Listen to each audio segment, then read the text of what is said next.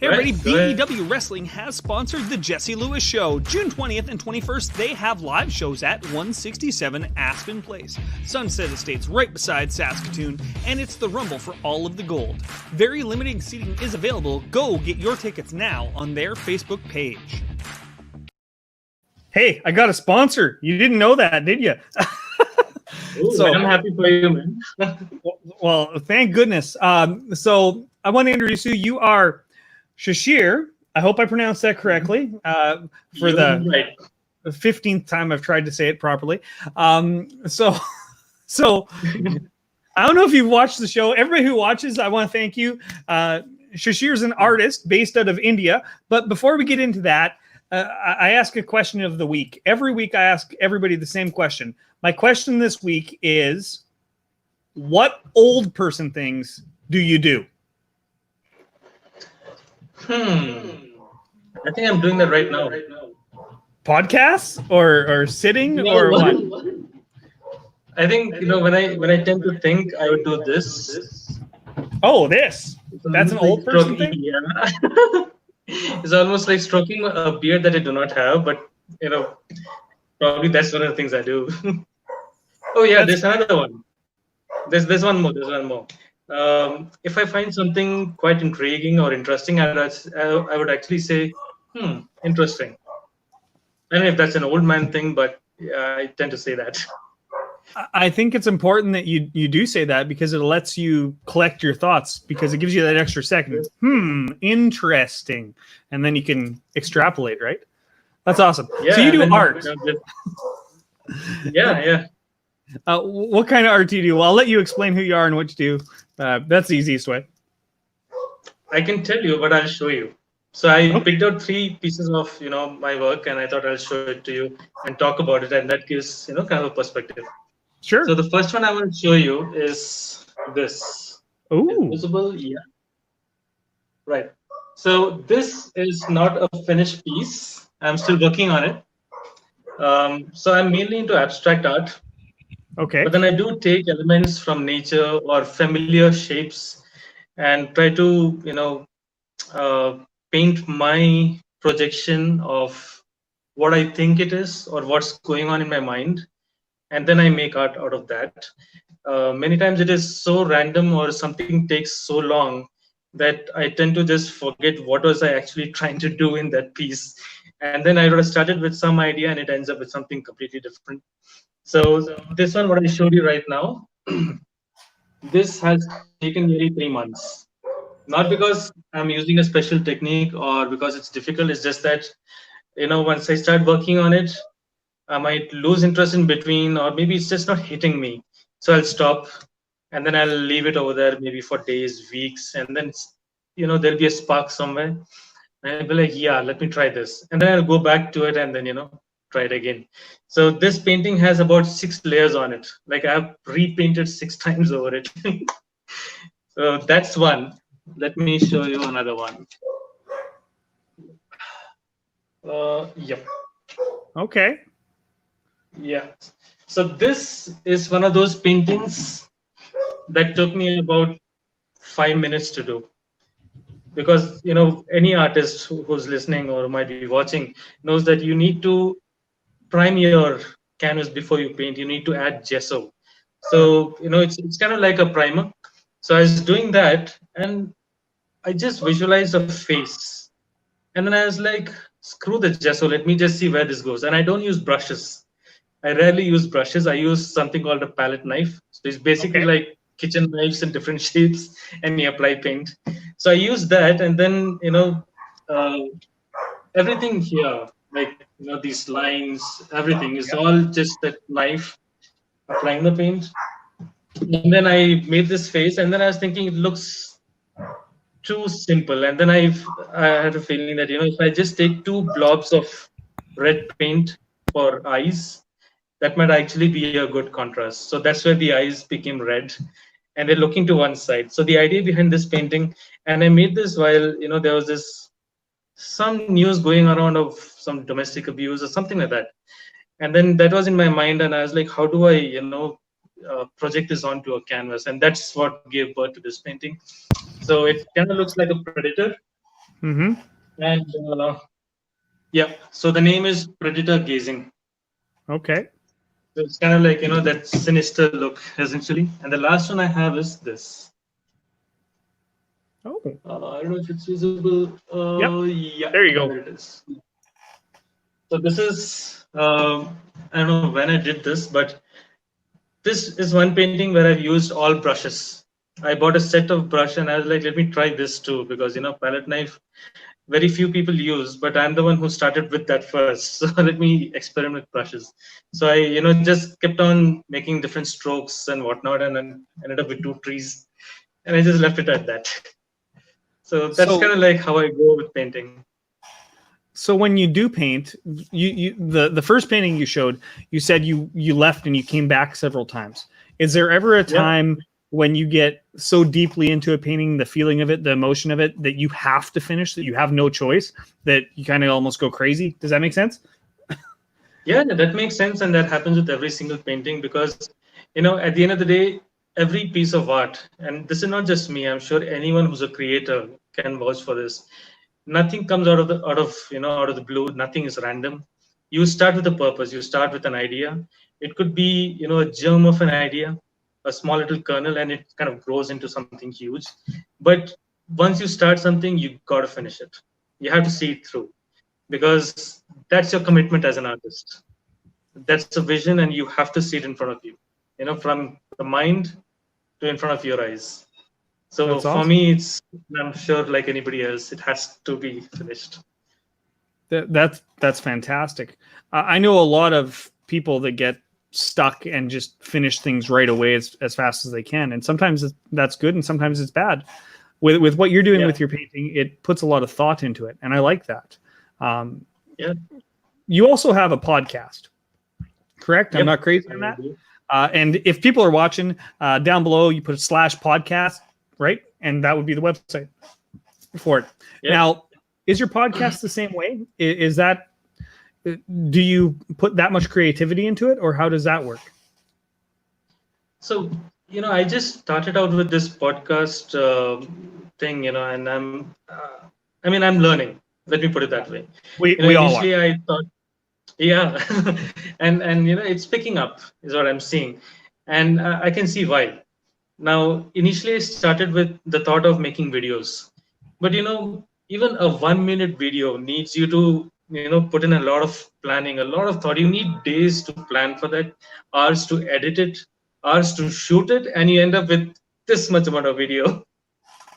And the amount of equipment you had to buy for that, you had to buy lights, you had a good lenses, camera, I mean, you name it. It's insane.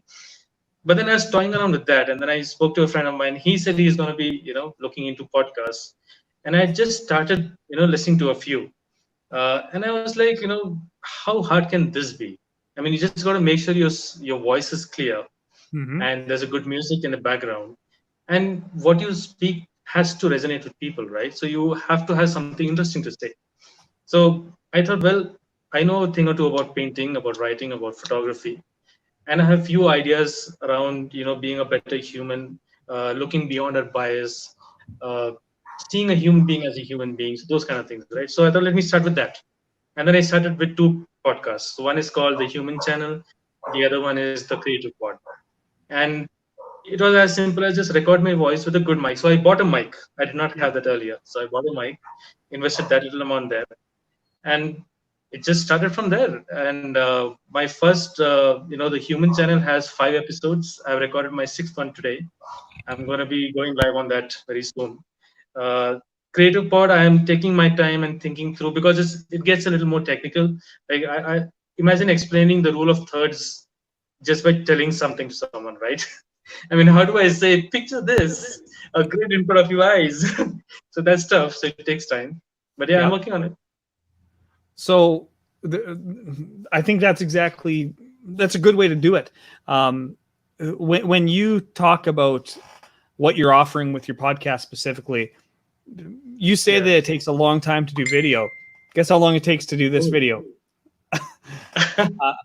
Right? I can't imagine. Well, actually, we're live, and I don't do any editing. What you see right now is Oh, what yeah. people get, which is crazy, right?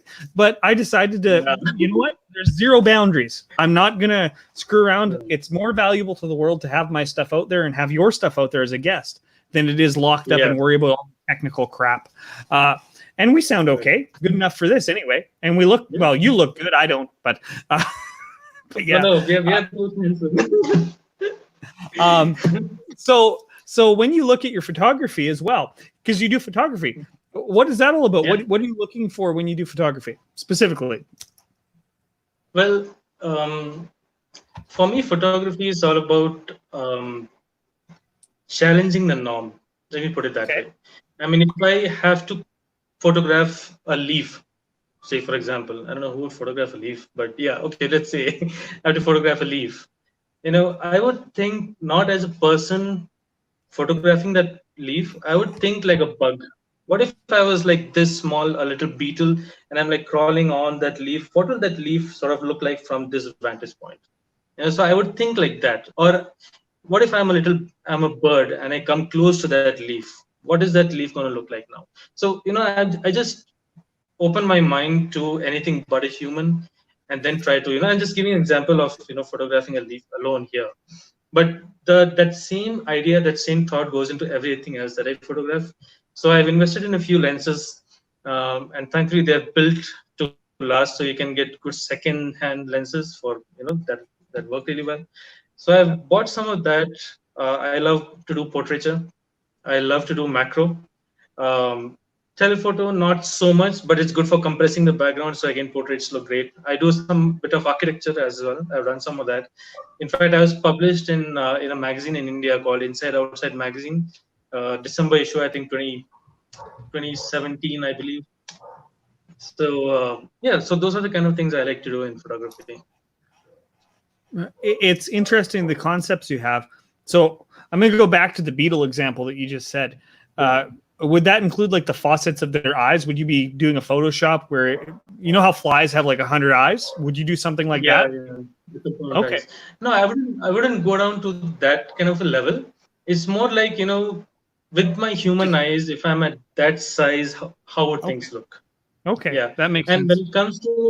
when it comes to post processing or photoshopping, I try not to overdo things, because at the end of the day, if you're really good at Photoshop, then you're a Photoshopper, you're not a photographer. That's right. the way I see it. You got to get it right as far as possible in camera, and Photoshop should just be for minor adjustments, because many times the limitations of the equipment are such that your mind's eye and the camera sensor won't match. Even the human eye, the dynamic range it has compared to the best camera sensor, it's very different. Yep. So you might be seeing that there's a lot of detail, but the camera does not give you that much. So those are minor little things you have to put up with, and that's where these softwares are good. But for the most part, it's your mind's eye that creates that image, and it's your equipment which you use effectively to get that image as close as possible onto the sensor, and then you just refine it, and you have an end product. That's how I see awesome. it. So as little post-production as possible. That's fantastic. Kind of like what I'm doing with the videos, right? Good one. So my next question has to do with the Human Connection. That's what it's called, right? The Human Connection podcast? The human channel. The human channel. Human channel. Okay. So what is that channel all about? What have the 5 episodes or 6 episodes that you've done, what has it been really about? Let me put it this way. In today's time, forget about today's time. Any point in time in history, we humans have been having a hard time trying to see another human as a human being first. We have a lot of labels that are attached to it. Now, if you see, like, let's just take the example of myself and you, right? So you're a Caucasian person, you have, white complexion. I'm from India, and, my complexion is a bit darker. Now, 2 of us walking on the street, we don't know each other, but we just, look at each other. What's going to hit our mind first? Well, if you look at me in Canada, you'll be like, okay, this guy is not from my country. If I look at you, you'll be like, yeah, he's from this country and I'm a foreigner. Yeah. But can we look beyond that? Instead of thinking, oh, here's another white guy coming of this particular country, can I just think that, yeah, just another person, and that's it. No labels. I don't care what faith you have. I don't care which country you belong to, nationality, caste, creed, whatever. Does it really matter? I mean, that's what that podcast is all about. It's trying to recognize that we have these lenses in front of our eyes, and those lenses are actually creating a lot of problems in the world today. Look at racism, for an example, right? What's that all about? Could we avoid that? Yes, we can, but then it is so ingrained in us that it is hopelessly lost in all this. So that's what sums up what I've done so far, and more of the content that's going to come in that. It's a hard thing to tackle because none of us are born racist, right? Or prejudiced in any way. Another human's a human, but through our parents' teaching and society's teaching, we pick up certain things that, oh, this person's a bad person because of their color, or this person's a bad person because they're poorer than us or richer than us, blah, blah, blah. All the manure. And that's kind of what my show is about too. A lot of people aren't allowed to have a voice, right? And it's about giving people a voice. I've interviewed, here's the thing. I never would have connected with you if it wasn't for this podcast. And where I live, we're a very white-dominated society, and Canadian Indians, which are the First Nations that lived here. That's because there was a mistake in the whole thing. But the First Nations people live here too. When the thing about it is I can understand your struggle. I can't, or I can empathize with your struggle. I cannot actually understand it because we live two very different lives. But I can understand that you're a human being. You've had sorrows, you've had worries, you've had problems in your life, just like everyone else. And I can understand that happens, right? And it's important. It's really important. Yeah, it's extremely now more than ever. Now more than ever. Yeah. Where do you want to go with the human channel? Well, I don't really have a long-term plan on that yet, because this started out as an experiment. It was like, let's just do it and see what happens, So I just chose one of the things that I felt I identified with very closely. And I thought, let's start with this, because content, if it doesn't come from the heart, is just made up stuff, And people are not idiots. People who are listening to any kind of podcast or any kind of consuming any content, they're not idiots. You can't take them for a ride. So they'll be quick to catch if you're bullshitting them, right? So that's why I thought, let's start with something relevant that's important to me. So then I can bring in that passion and that thought and, kind of go from there. But then let me see how it, pans out. I've hardly got, many people listening to it since I just started a few weeks back. But it might grow, and then I would love to see what people want to talk about, and then we'll kind of grow organically, or however it goes. I mean, it's still a green open field for me, so I'm just going with the flow, I would say. That's fantastic. It's kind of like what I did here, right? The only reason I'm doing this is because COVID shut me down. How did it work in India for coronavirus? Was everything just open all the time, or did you guys actually shut down in India? Does that make sense? Yeah. Oh, it makes a lot of sense. Talk to any Indian and they'll talk volumes about it. But yeah, so end of March is when we had a first lockdown. Yeah. And the country literally just shut down. The sleep mode on a computer. Yep. Where the most important services are working and rest everything just closes off. That's exactly what happened. India went into a dormant mode, where only the most important services like medical services, police, all of that was functioning. Yeah. Making sure that the essential groceries and everything was being supplied. So all that was active, but people could not venture out. I mean, you can Google it, you can check out videos where people were actually beaten up by the police. But sometimes you have to take extreme measures. Oh yeah. Yeah. Sometimes you have to take extreme measures, man. I mean, it's for your own good, and if you don't listen, then. So anyway, we had a series of such lockdowns. And I think this week is when the malls and the cinema, houses have been open. But then the number of cases are also increasing in our country. So I'm quite worried about that. But for the most part, I mean, any, let me say, any source of employment or any nature of employment that could be done from home is right now at home, including me. So we are all working from home for the past few months, and believe me, my home doesn't feel like a home anymore because of it's kind of like an office. It's the So same way I'm here. in fact, yeah, I'm in fact sitting at my desk where I just wrapped up all my calls, and and I'm now talking to you. That's how it is. The world has changed. We had virtually the same thing happen here. The very end of March, I did my last event, and thank goodness I had that event. And then we've been shut down till now. We're just this week opening up our restaurants. So that's, and the same services as what you guys had. So, Yeah. India, do you feel, so looking at what's happening in the United States, they're open up in a lot of places where they just left it wide open and stuff, and other countries as well, like Sweden, I believe, stayed open. Do you think that the history of India, I'm not sure how well educated most Indians are, but do you think that the history of India had with like cholera epidemics and stuff like that, do you think that aided in people actually understanding what was going to happen? I think, I mean, India as a country, first and foremost, it's pretty, it's a young country. Yeah. Young country in the sense that we got our independence, more than half a century back. But we have had waves of diseases come and go and ravage this nation, national calamities and whatnot. But then I would say this: in the past, we have had a few, slew of viruses that actually affected the country.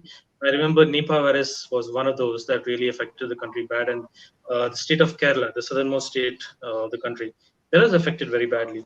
But then, those were some very recent learnings that actually helped us to understand how these viruses function and what needs to be done. And for the most part, a lot of these particular states that were affected and emerged out of it were able to, respond better. And those learnings sort of were, taken up by the entire nation, and we were able to, get into this mode of lockdowns and whatnot. So yeah, from an understanding standpoint, that definitely helped us, I would say. That's awesome. Well, we're at 22 minutes. I always ask the same question to end off the show. Have you watched any of the shows? In fact, I did. Okay, so do you know what the question no, I've not watched till the end, I'll be honest. Because whenever I got a few minutes, I was like, okay, let me see what this guy's up to. So I've not watched an entire full episode till now. But yeah, bits and pieces here and there. The last question I always end off with is, other than this show, what have you done today to make yourself happy? Well, to be honest, I have been at work the whole time. So that's the only thing I have done to be happy, I would say. There's a lot of work to be done, right? And especially working from home, there's the expectation is that you have to be, on call pretty much the whole time. Yeah. So you're always on your guard. So I would say I was effective at my work today, and I'm kind of feeling happy about that. Well, that's awesome. Well, at least it's something, right? It's better than being grumpy. I have a suggestion.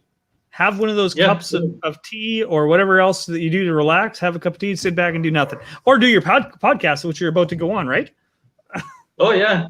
I have one thing which I would like to read out from one of my writings. Absolutely. If we have the time. Yeah. Yes.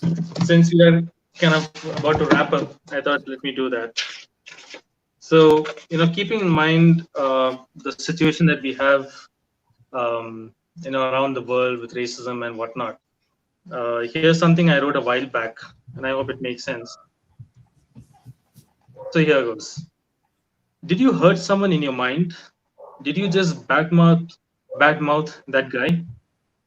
Now you have blood on your hands and a bad taste in your mouth.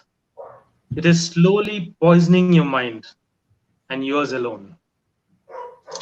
So it's all about, many times we don't vocalize what we're really thinking, and we might be abusing someone in our mind and we are not really saying it. But these things just, create negative feelings in our own hearts and minds, and that poisons us. It colors our perception of reality, and it gives more power to these biases of racism and whatnot. Absolutely. And it just makes people more poisonous and the society as a whole. So it starts with one person, one thought, and it just spreads. So I leave you guys with that. Be better humans, see people as people first. Anything else later, there's time for that, but at least be positive. We are too many people on this planet. We can't afford to ruin it. So I hope this makes sense to everyone and we have a good time and a good future. Thank you very much for that. And I can't end on a better note. So that's where we're going to end. I'm going to hit the end broadcast. And bye, All right. everybody.